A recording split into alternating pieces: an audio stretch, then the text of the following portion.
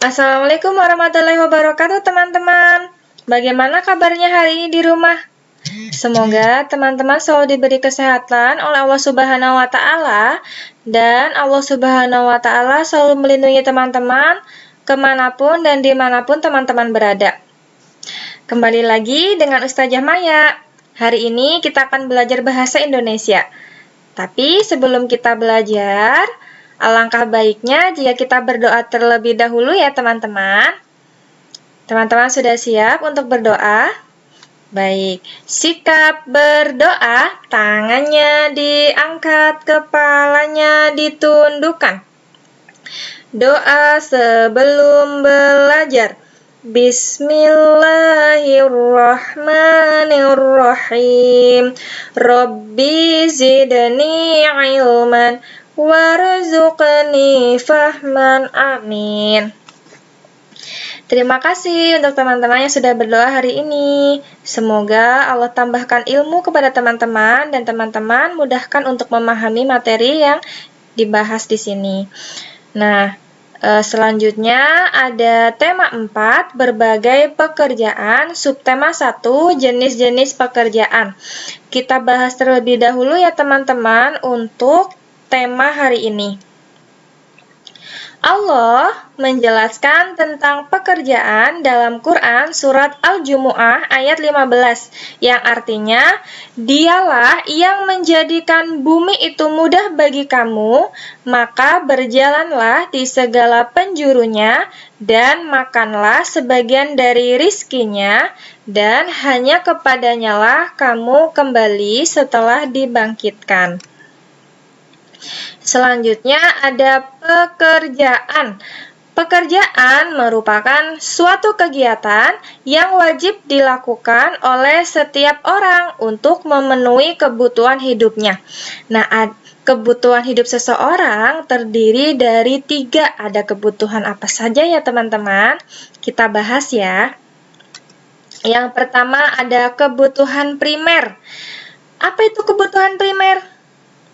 Kebutuhan primer adalah kebutuhan pokok yang harus dipenuhi oleh seseorang. Misalnya ada kebutuhan makan, ada kebutuhan pakaian, kemudian ada kebutuhan tempat tinggal. Itu adalah contoh kebutuhan primer. Yang kedua ada kebutuhan sekunder. Nah, kebutuhan sekunder ini adalah kebutuhan yang dipenuhi setelah kebutuhan primer terpenuhi. Misalnya ada apa saja ya teman-teman? Nah, untuk kebutuhan sekunder ini misalnya ada hiburan, kemudian ada alat elektronik, ada perabotan rumah, kemudian ada kendaraan pribadi, smartphone. Smartphone itu juga termasuk kebutuhan sekunder. Tetapi untuk masa pandemi ini, smartphone atau HP sudah menjadi kebutuhan primer ya teman-teman, untuk kita melakukan pembelajaran daring. Nah, selanjutnya ada kebutuhan tersier. Kebutuhan tersier ini adalah kebutuhan akan barang mewah. Nah, barang mewah ini contohnya ada misal ada mobil mewah, kemudian ada rumah mewah, dan lain sebagainya. Selanjutnya ada kategori pekerjaan sesuai lokasinya. Ada apa saja ya teman-teman?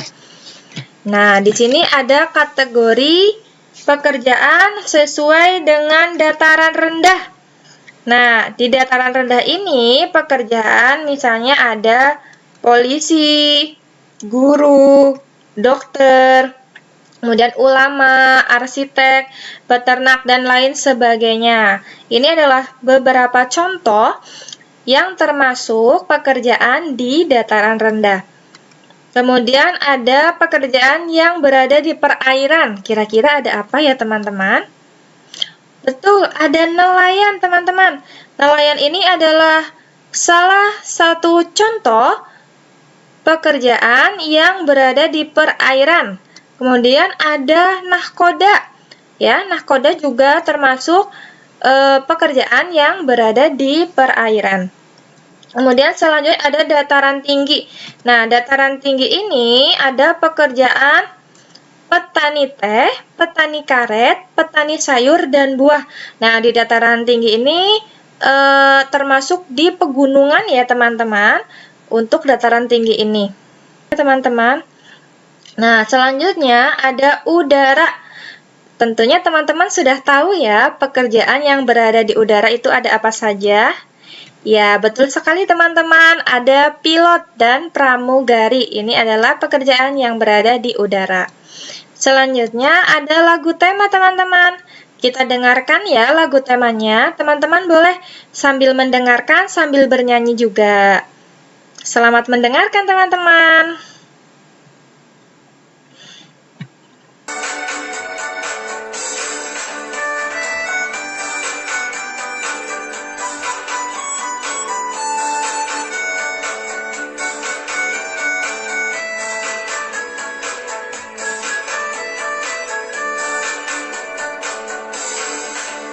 Jenis-jenis pekerjaan, baik jasa maupun barang, petani, peternak, juga nelayan, mereka menjual barang, polisi, tentara, dokter, guru, karyawan, pilot, masinis, sopir, ojol, bidan, mereka tawarkan jasa.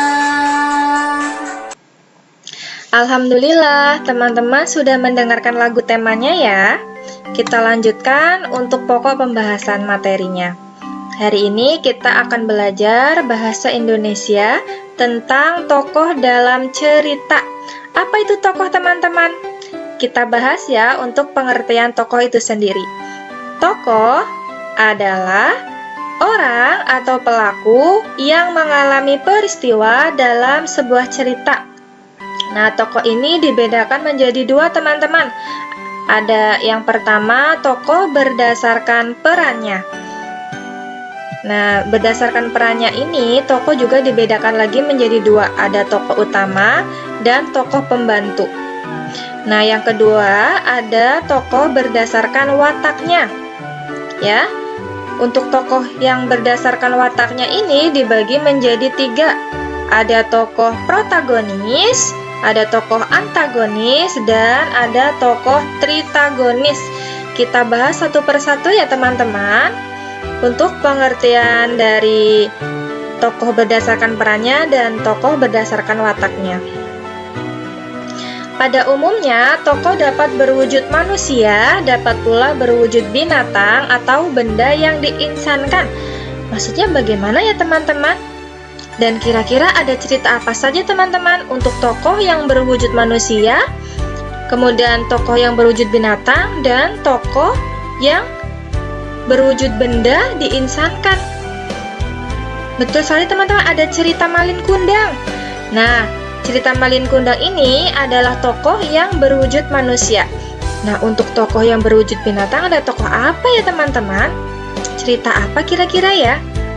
Betul sekali teman-teman, ada cerita Kisah Kancil dan Pak Tani. Ini adalah contoh tokoh yang berwujud binatang.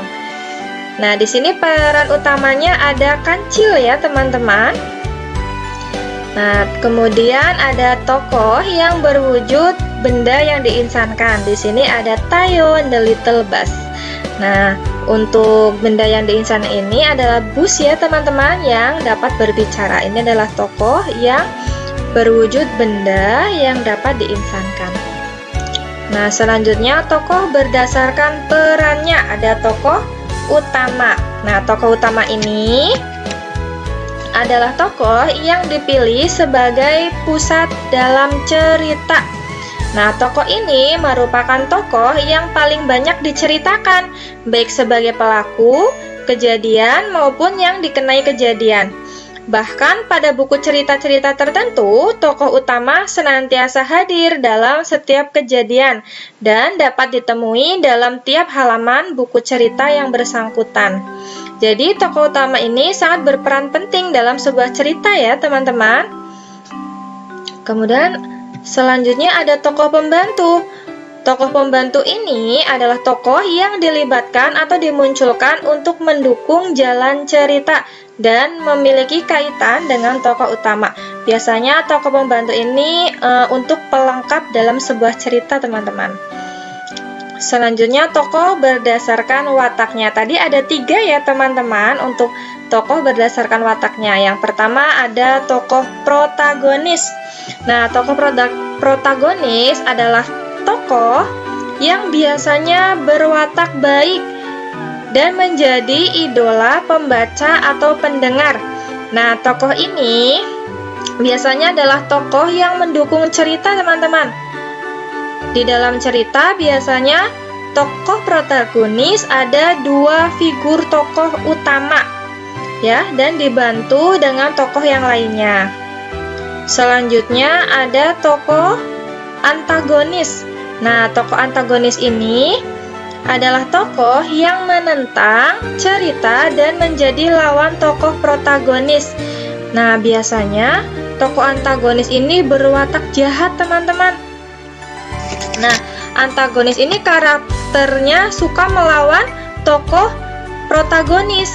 Nah, biasanya dia seorang penjahat atau yang menjadi masalah di dalam cerita tersebut.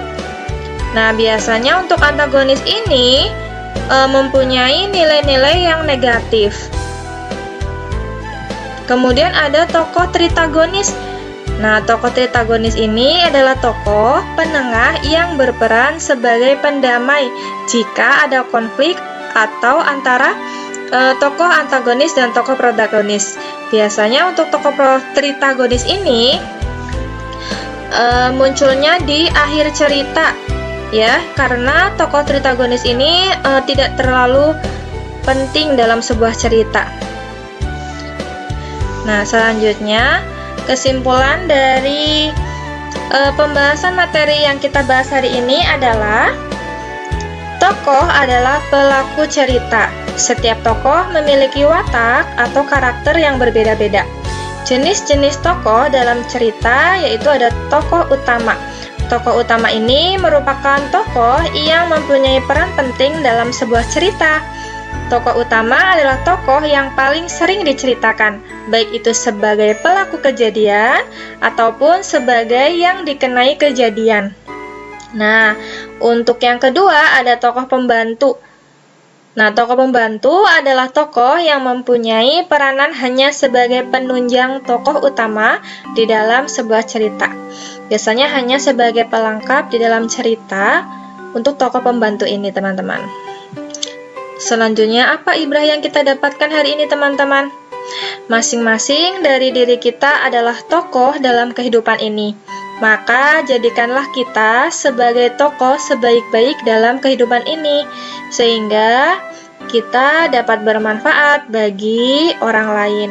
Dan jadikanlah dunia ini sebagai jalan kita untuk menuju surganya Allah Subhanahu wa Ta'ala. Selanjutnya ada proyek bahasa Indonesia yang harus teman-teman kerjakan. Di sini ada cerita pemimpin idola, pemimpin yang jujur. Nah, teman-teman silahkan baca cerita ini. Kemudian teman-teman, setelah teman-teman pahami isinya, boleh menjawab pertanyaan yang sudah Ustazah siapkan. Silakan teman-teman isi. Yang pertama ada siapa saja tokoh pada cerita di atas. Silakan teman-teman sebutkan ya tokohnya ada siapa saja. Kemudian siapa yang mengikuti ulangan matematika. Dan yang ketiga, apa yang dilakukan oleh Gugut pada saat ulangan.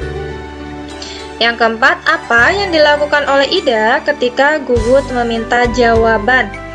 Yang kelima, hal-hal baik apa yang bisa kamu ambil dari cerita di atas. Yang keenam, menurutmu bagaimana sikap Ida? Yang ketujuh, menurutmu bagaimana dengan sikap Gugut? Dan yang kedelapan, mengapa kita harus berkata jujur kepada semua orang? Nah, silahkan teman-teman pahami dulu isi ceritanya, kemudian teman-teman jawab pertanyaannya. Selamat mengerjakan teman-teman. Alhamdulillah, untuk pembahasan hari ini sudah tuntas teman-teman. Pastikan teman-teman mempelajari kembali materi yang sudah kita bahas bersama-sama ya. Sebelum kita tutup, Ustazah mohon maaf apabila ada kata-kata yang kurang berkenan di hati teman-teman. Kita berdoa terlebih dahulu ya teman-teman. Sikap berdoa, tangannya diangkat, kepalanya ditundukkan. Membaca hamdalah bersama-sama. Alhamdulillahi Rabbil Alamin. Segala puji bagi Allah, Tuhan semesta alam. Amin. Terima kasih teman-teman. Semoga ilmu hari ini bisa bermanfaat untuk teman-teman. Wassalamualaikum warahmatullahi wabarakatuh.